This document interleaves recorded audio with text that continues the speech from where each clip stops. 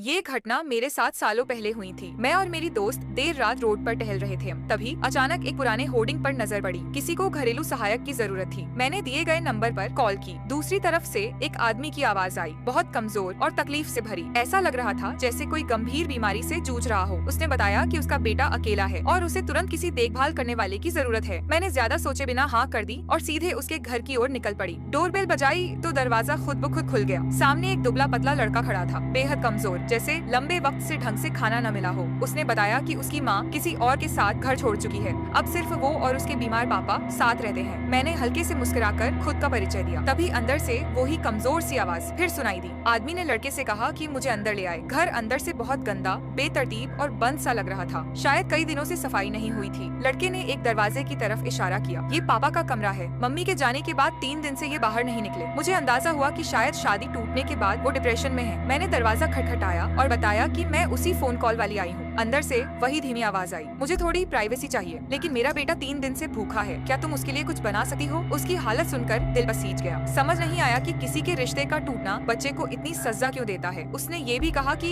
बस बच्चे का ख्याल रखो, उसकी दादी आने वाली है। साथ ही बताया कि ड्राइंग रूम के लकड़ी वाले बॉक्स में कुछ पैसे हैं, जरूरत हो तो इस्तेमाल कर सकती हूँ। मैंने ज्यादा सवाल नहीं की और सीधे किचन की तरफ चली गई। रसोई की हालत और भी खराब थी, पर अच्छी बात ये रही कि मुझे एक नया पास्ता का पैकेट मिल गया। थोड़ी देर में खाना तैयार हुआ। उसे टेबल पर रखा और बच्चे को गोद में लेकर खिलाने लगी। उसका खाना खाने का तरीका बता रही था कि वो वाकई कई दिनों से भूखा है। उसे देखकर ममता और गुस्सा दोनों आया। ममता उस मासूम पर और गुस्सा उसकी माँ पर, जो अपने ही बच्चे के हाल की फिक्र किए बिना चली गई थी। खाना खा लेने के बाद मैंने सोचा उसे नहला देती हूँ। जब उसकी पीठ धो रही थी तो देखा कि वहाँ कई नीले काले निशान थे, जैसे किसी ने मारा हो। चौंक कर पूछा, ये क्या हुआ तुम्हें? वो बस बाथटब के पास खड़ा रहा और धीरे से बोला, मुझे वो बुरे अंकल बिल्कुल पसंद नहीं और मम्मी भी उन्हीं के साथ चली गई। उन्हीं की वजह से पापा बीमार हैं। ये कहकर वो मेरी गोद में फूट फूट कर रो पड़ा। अब मुझे समझ आ रहा था कि मामला कहीं ज्यादा गंभीर है।